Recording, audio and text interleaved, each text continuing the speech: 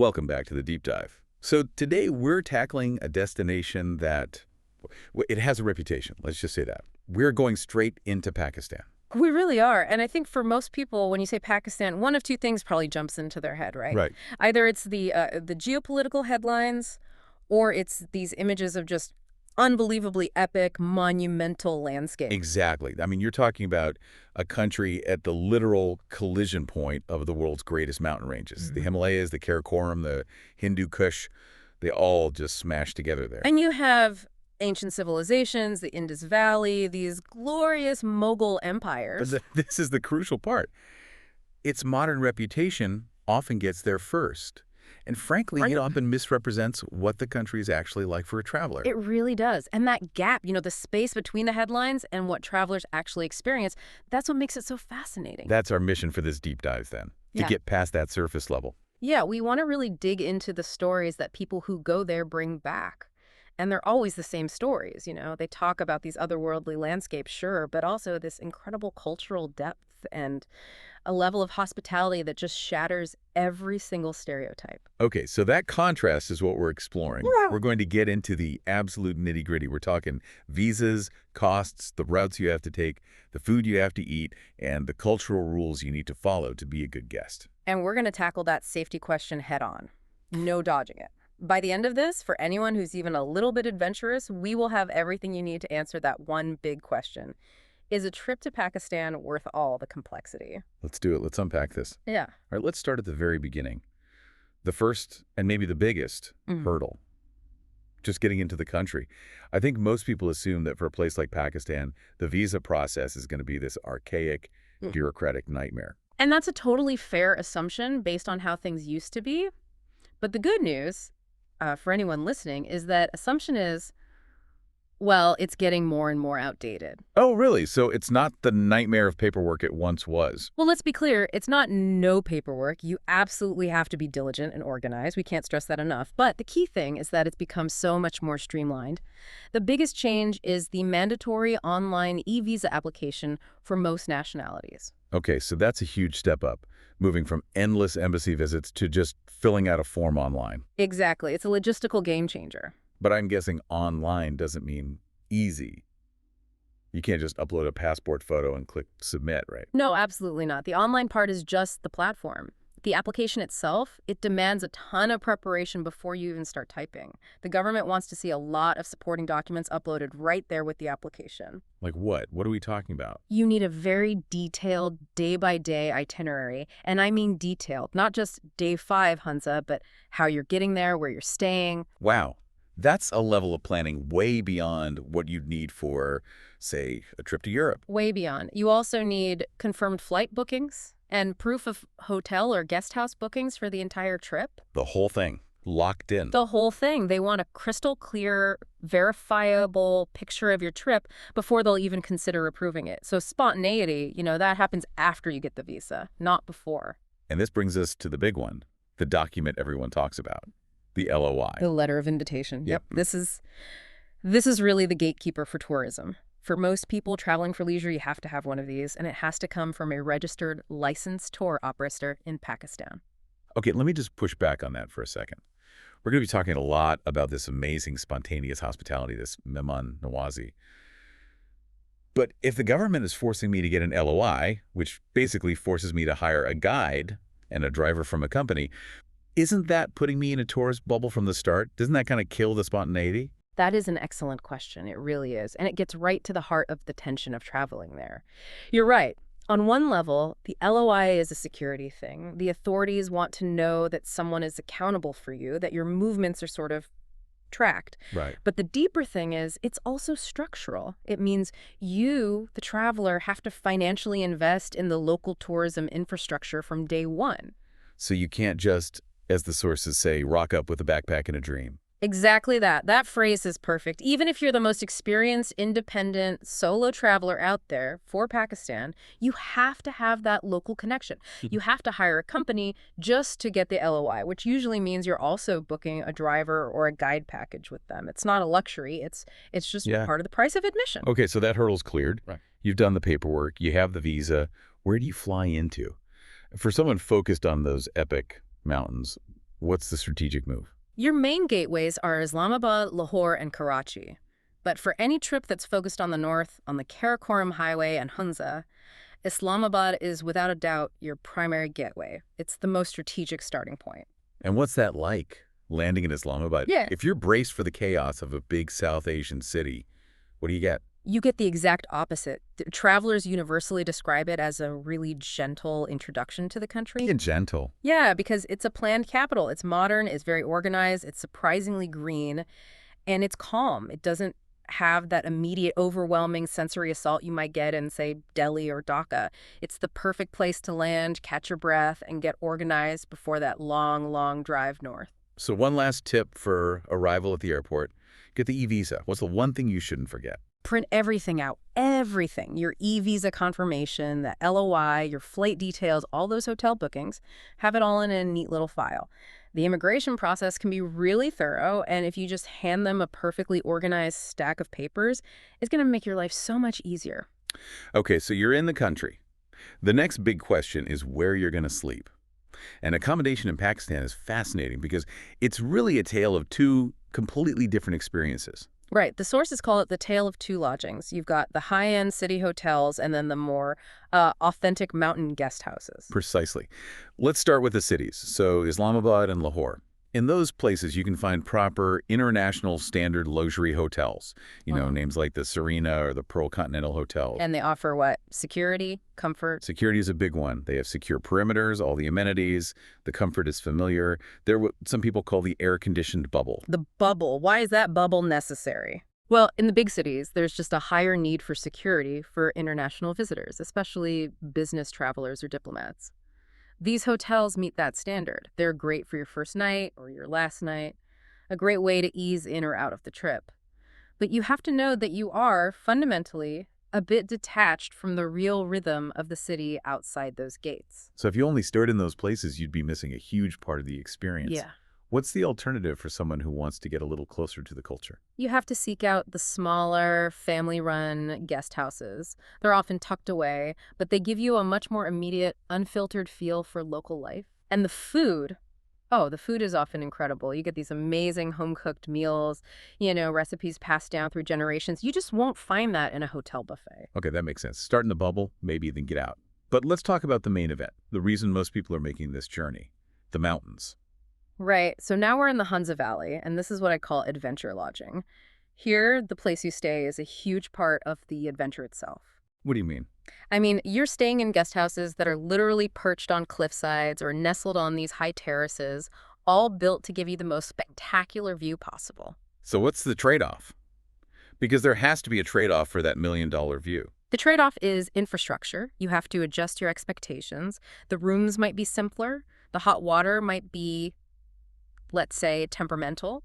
And the big one is electricity. It might not be on 24/7. You should be prepared for power cuts. So the luxury isn't the thread count on the sheets. The luxury is 100% the view. But what a view. I mean, the sources talk about lying in your bed and looking out your window at a 7,000-meter peak like Rakaposhi. It's a genuine life event. It's a scale of nature that just puts everything into perspective. And you're often staying with families who have lived on that land for generations. I imagine the best spots, the ones with those views, get booked up pretty fast. Extremely fast. This is crucial planning advice. You need to book these mountain guest houses way, way in advance, like 6 to 9 months out, especially if you're going in the peak seasons, which are summer and then autumn for the colors. It's not just international tourists, right? Not at all. Domestic tourism in the north is huge. So the best spots with the best views and the best hospitality, they are gone in a flash. You cannot just show up and hope for the best. So the theme here, again, is planning. Meticulous planning is what gets you either the secure city base or that unbelievable mountain view. That's the takeaway. Plan everything, but when you get to the mountains, go for the local guest houses. That's where the magic is. Okay, so if the mountains are the visual soul of Pakistan, the cuisine has to be its beating heart. Let's shift to the thing that honestly might convince someone to go through all that visa paperwork. I could not agree more. Pakistani food is just... It's this incredible deep dive into history and flavor. And if there's one undisputed food capital, every single source agrees, it's Lahore. I've heard about Food Street in Lahore's walled city. It sounds intense. Intense is the right word. It's a total sensory explosion, especially after dark. You're walking through these ancient streets, and the air is just thick with smoke from charcoal grills. You see these gigantic woks of curry bubbling over open flames.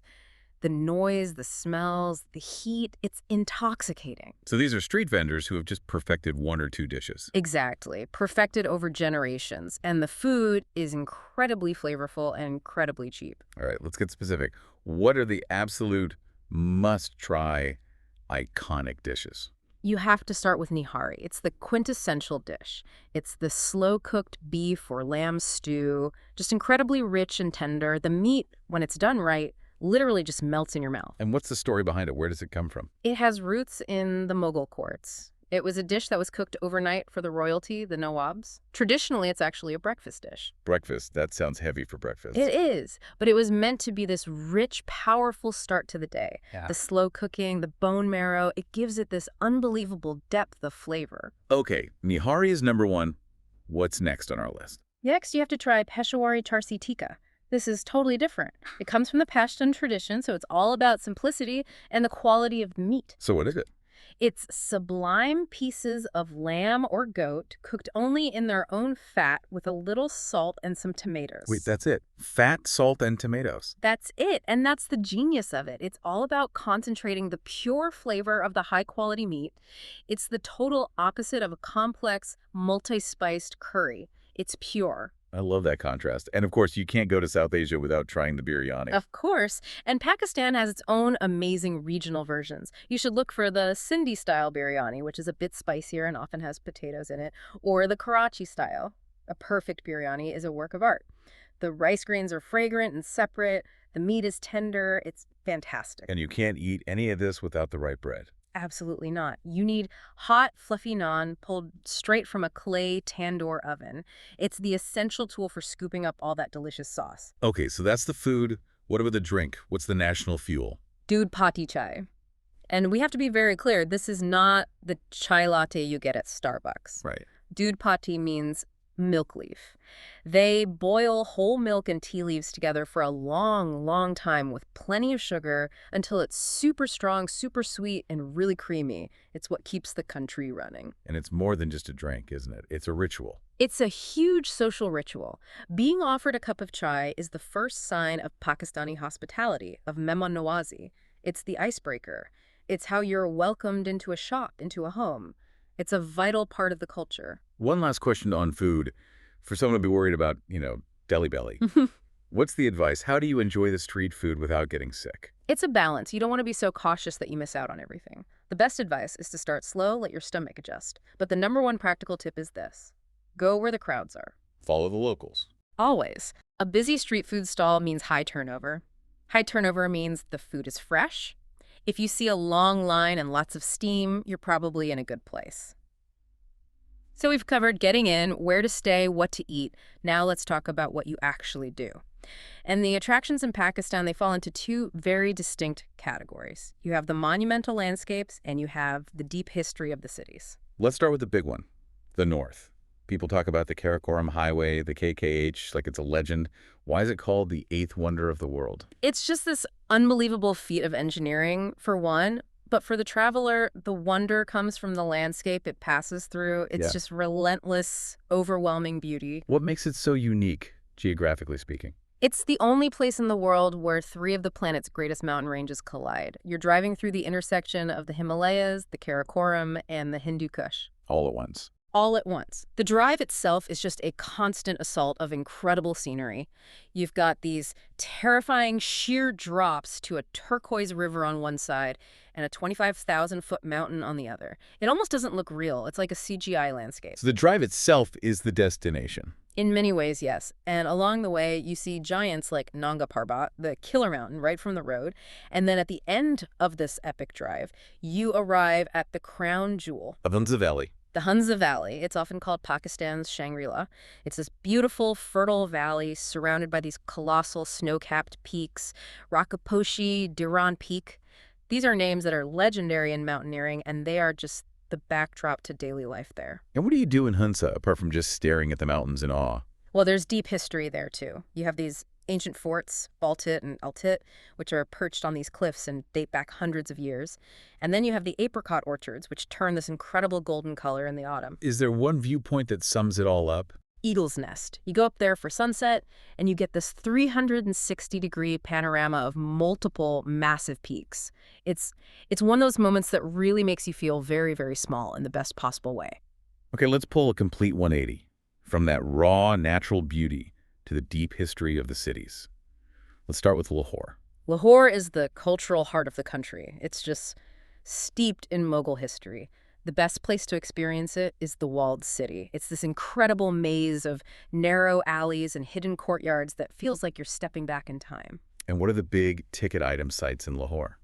Number one has to be the Badshahi Mosque. It's this colossal, beautiful, red sandstone masterpiece from the Mughal era. It's just so serene and grand, especially at sunset. And right next to it is the Lahore Fort. Yep, a massive complex full of palaces and halls and gardens. It tells the story of the rulers who built this incredible city. And before we leave Lahore, we have to talk about something a little more bizarre. The Wagah border ceremony. Bizarre is a good word for it. It is this incredibly theatrical, over-the-top, patriotic ceremony that happens every single day at the border closing with India. I've seen videos. There's a lot of high kicking. A lot of high kicking, a lot of stomping, a lot of stare downs. It's part military drill, part pure performance art. It's loud, it's intense, it's a little bit ridiculous, and it is an absolute must-see. It tells you so much about the relationship between the two countries. A completely unique experience.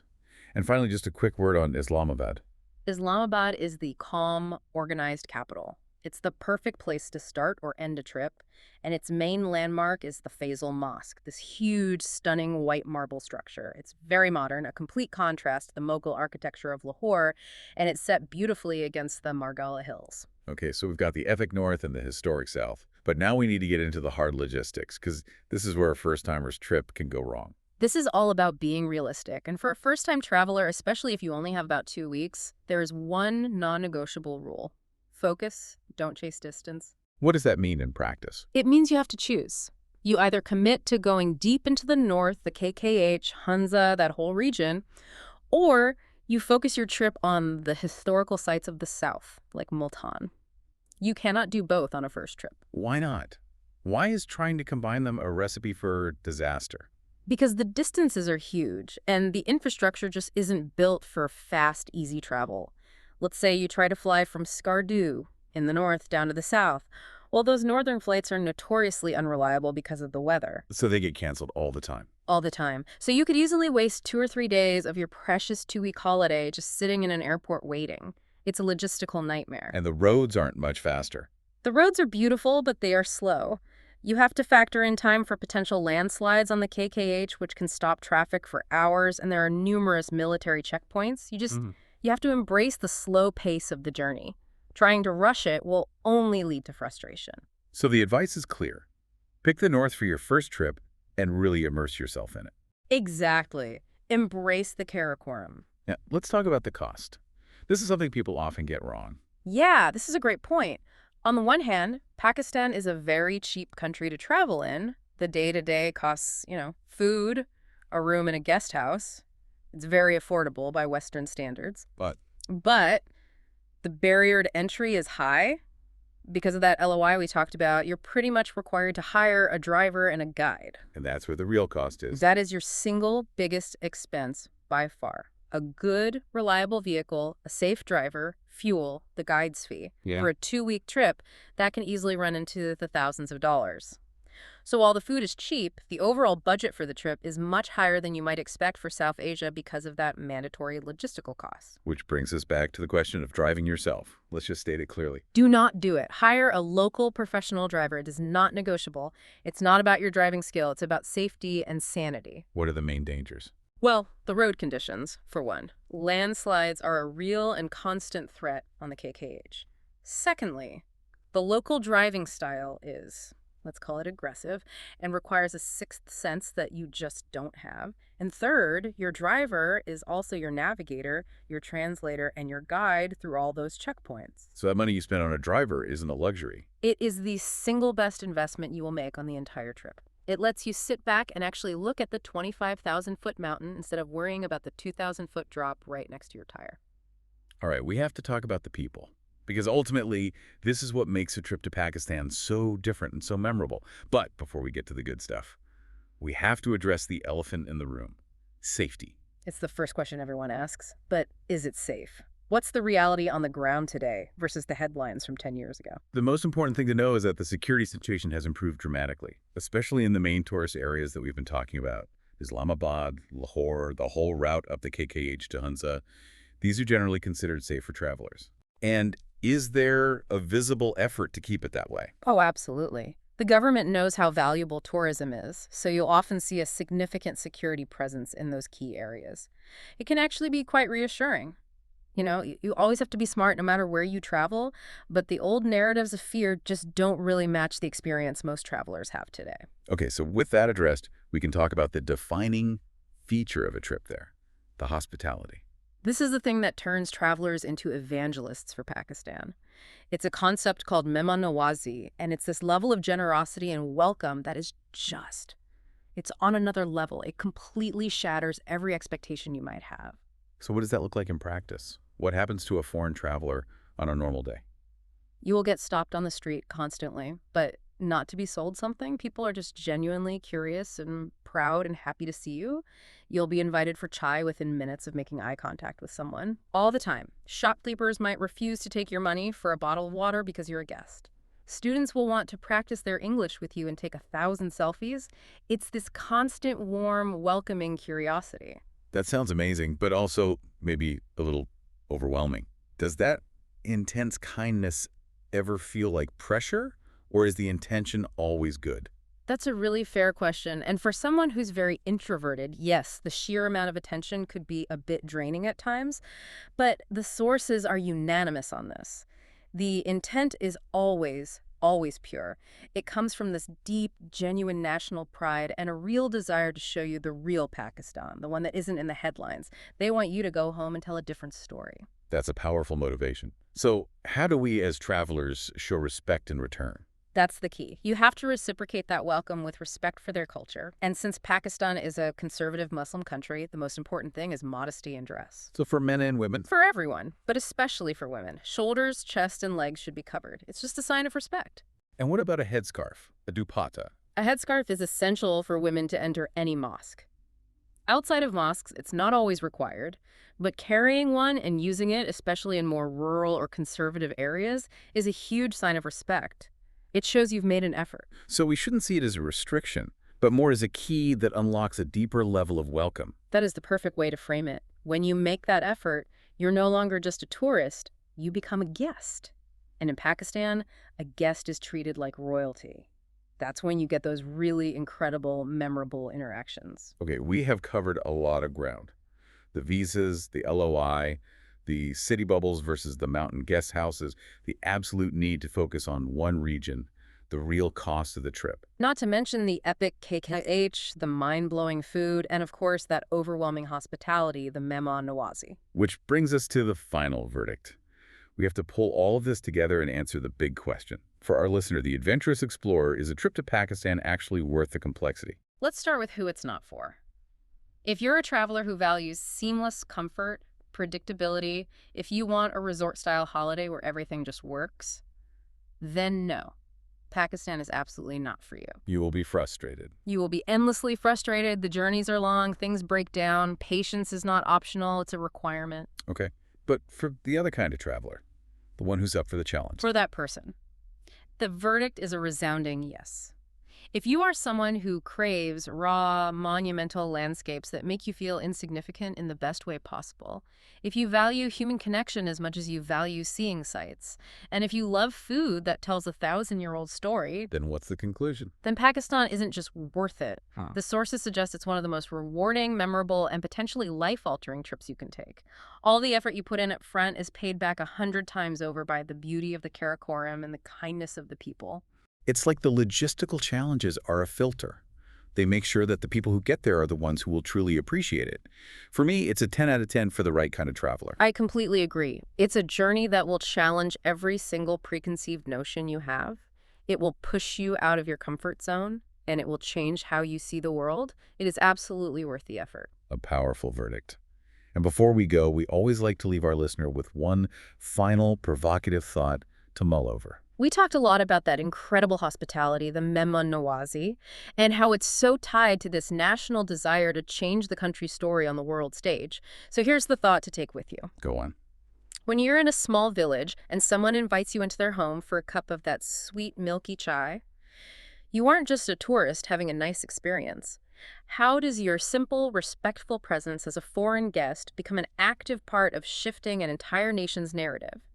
In a small way, your journey becomes a piece of their story of reintroduction to the world. So you're not just an observer, you're a participant, just by being there respectfully. That is a fantastic thought to end on. I think so. And that is our deep dive on Pakistan. We hope we've given you the tools and maybe the inspiration to look past the headlines and consider what is truly a complex but deeply rewarding destination.